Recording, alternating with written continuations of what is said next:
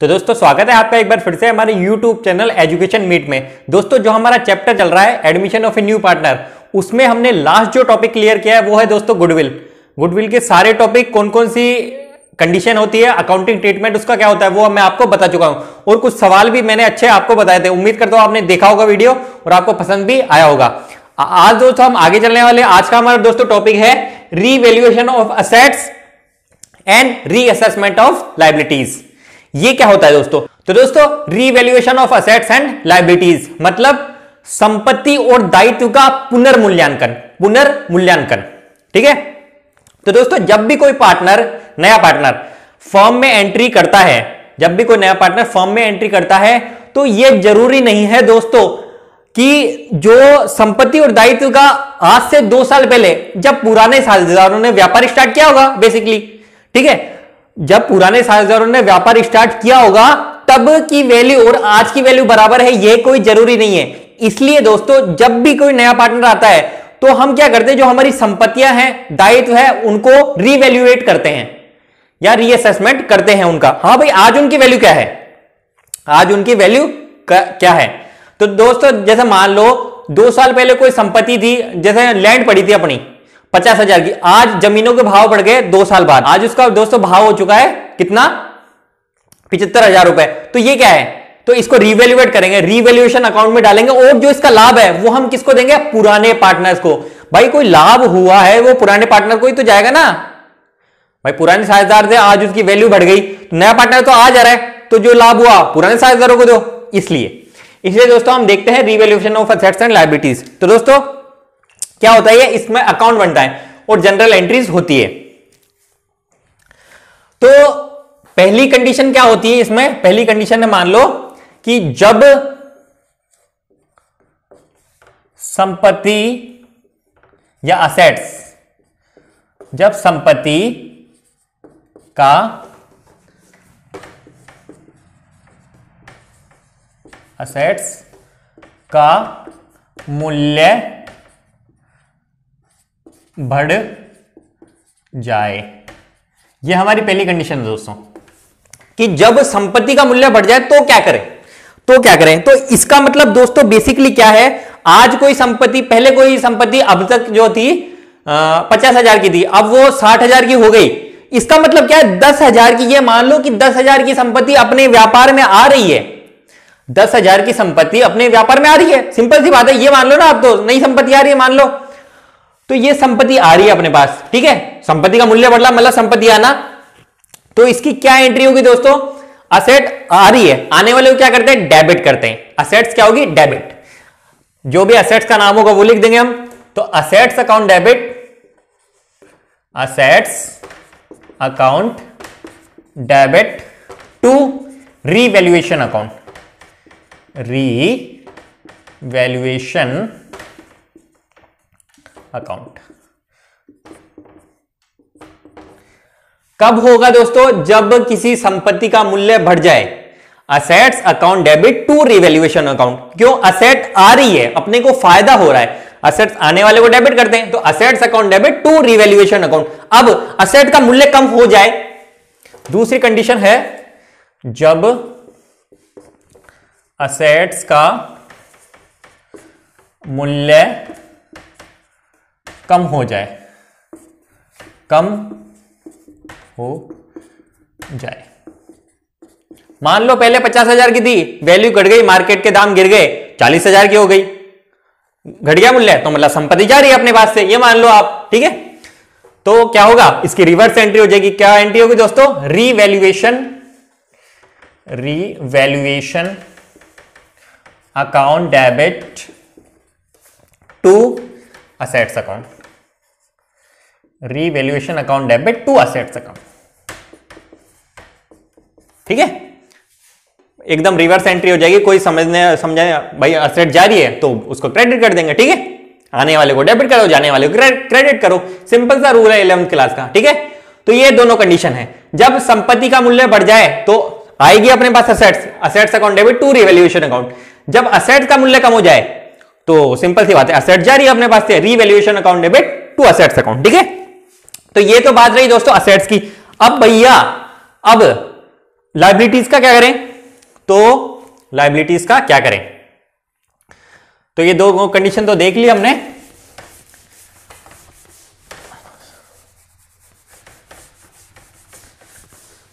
अब ये है कि तीसरी हमारी कंडीशन है जब लायबिलिटीज का मूल्य बढ़ जाए, तब क्या करें साहब? तो लायबिलिटीज क्या होती है दोस्तों? हमारा दायित्व होता है जो हमें दूसरों को चुकाना है। मतलब हमारी क्या है, जिम्मेदारी बढ़ गई, अब ज्यादा चुकाना है। पहले कम चुकाना था, पहले 10,000 चुकाना था, लेकिन मूल्य बढ़ गया, अब 15,000 चुकाना है हमें, मान लो। तो तब क्या होगा? तो तब क्या होगा दोस्तों? अगर असेट्स का मूल्य बढ़ता है तो हम उसको, क्योंकि असेट्स आ रही है, अपना फायदा हो रहा है, तो असेट्स को हम क्या करते हैं? डेबिट करते हैं, व्यापार में आ रही है। लेकिन यहां दायित्व बढ़ रहा है हमारा, यहां दायित्व बढ़ता है, इसलिए दायित्व को क्या करेंगे दोस्तों? क्रेडिट करेंगे। ठीक है, तो इसकी एंट्री क्या होगी? रीवैल्यूएशन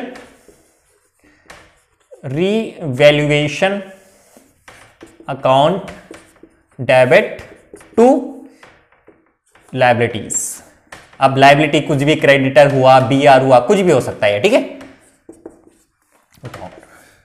ठीक है, उसकी रिवर्स एंट्री कर दी है। वहां पर असेट्स भर रही है, असेट आ रही है, तो अपन assets account debit to revaluation account कर रहे हैं। लेकिन यहां पर लायबिलिटीज बढ़ रही है, तो उसकी रिवर्स करनी है अपने को। ठीक है, revaluation account debit to liabilities account, क्योंकि अपना हमारा दायित्व नहीं है, संपत्ति नहीं है। इसी तरह चौथी कौन सी होगी? जब लायबिलिटीज का मूल्य कम हो जाए।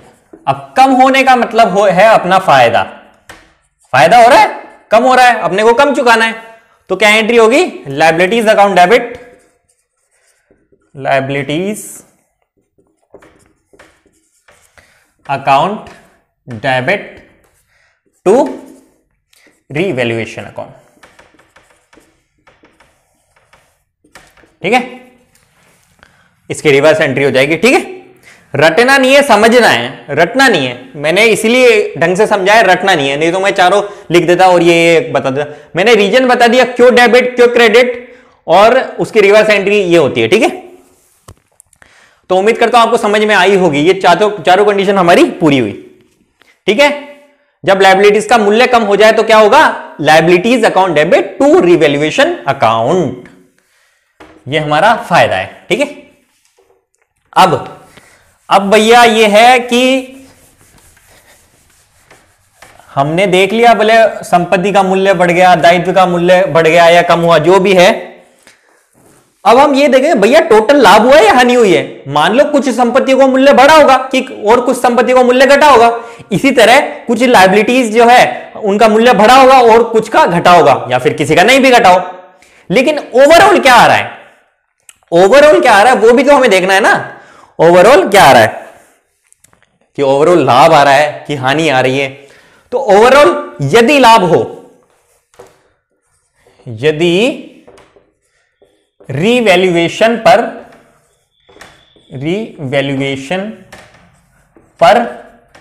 गेन हो, GAIN, गेन हो तो भैया क्या करें? गेन हो तो क्या करें? अब देखो ये समझाऊं मैं, इसकी एंट्री नहीं रटनी। ठीक है, अपने को समझना है। ये मान लो अपना रीवैल्यूएशन अकाउंट था, एंट्री कर दी हमने क्या एंट्री करी?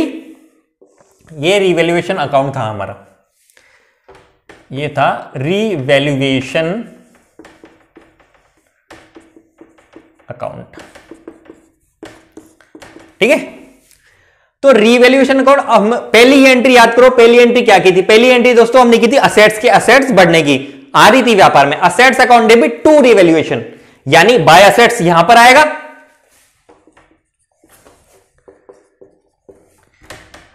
भाई लेजर पोस्टिंग ही तो कर रहे हैं ना अपन यहां पर। बाय असेट्स जिनका मूल्य बढ़ा है, ठीक है, by assets.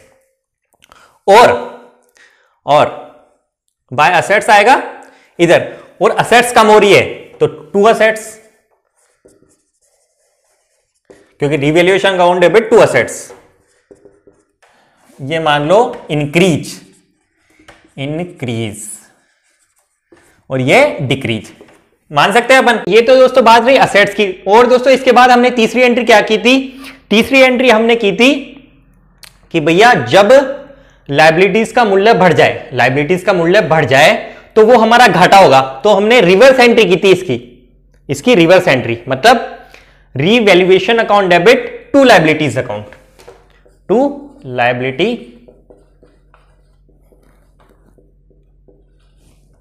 Account, revaluation account debit to liability account. ये हमारा घाटा था, सिंपल सी बात है। और जब मूल्य कम हो जाए तो वो हमारा फायदा होगा बाय लायबिलिटीज।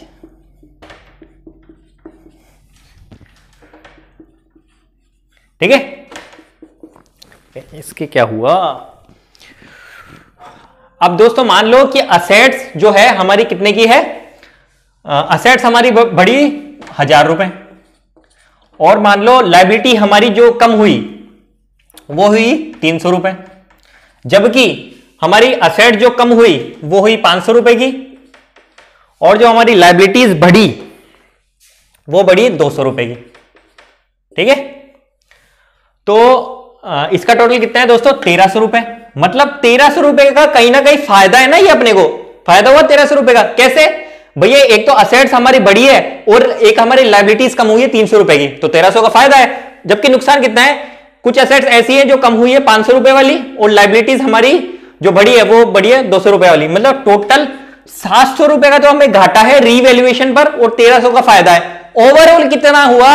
1300 में से 700 लेस हो जाएगा, 1300 में से 700 लेस होगा, कितना बचेगा दोस्तों? 600 रुपए। 600 रुपए क्या है? Gain on revaluation, gain on revaluation. तो क्या एंट्री होगी? इसका टोटल है, यहां पर लिखेंगे हम gain, revaluation account debit to partners capital account, to partners capital account. ठीक है, अब कितना भी आ सकता है। ठीक है, तो revaluation account debit to partners capital account, ये तो आपका गेन है। यदि ये वाला टोटल ज्यादा होता तो यहां लॉस होता, टू पार्टनर्स कैपिटल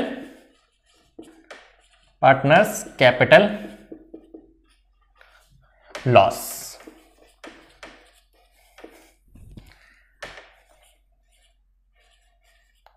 ठीक है दोस्तों, तो इस तरह से दोस्तों ये पूरा हो जाएगा। रिवैल्यूएशन पर गेन होगा तो क्या एंट्री करने वाले अपन? Revaluation account debit to partners capital account. यदि लॉस होगा तो सॉरी, टू नहीं, यहां पर बाय आएगा, by partners capital account debit to revaluation account. यदि हमारा लॉस है तो, इस साइड का पक्ष ज्यादा है इस साइड का कम है, तो वो हमारा लॉस होगा। ठीक है, ऐसे एंट्री हो जाएगी और ऐसे अकाउंट बन जाएगा। एकदम सिंपल है, रटने की जरूरत ही नहीं है। तो रिवैल्यूएशन अकाउंट टॉपिक भी हमारा पूरा हुआ। इसके आगे दोस्तों हम देखेंगे इसका एक सवाल, और गुडविल में भी ऐसे बोल रहे थे कि पार्टनर्स कैपिटल में गुडविल कैसे शो की जाती है ये बताइए, तो वो भी उस सवाल में हम देखने वाले हैं। तो आज के वीडियो में दोस्तों बस इतना ही। वीडियो यदि पसंद आए तो वीडियो को लाइक करें, चैनल को सब्सक्राइब करें और शेयर भी करें। धन्यवाद।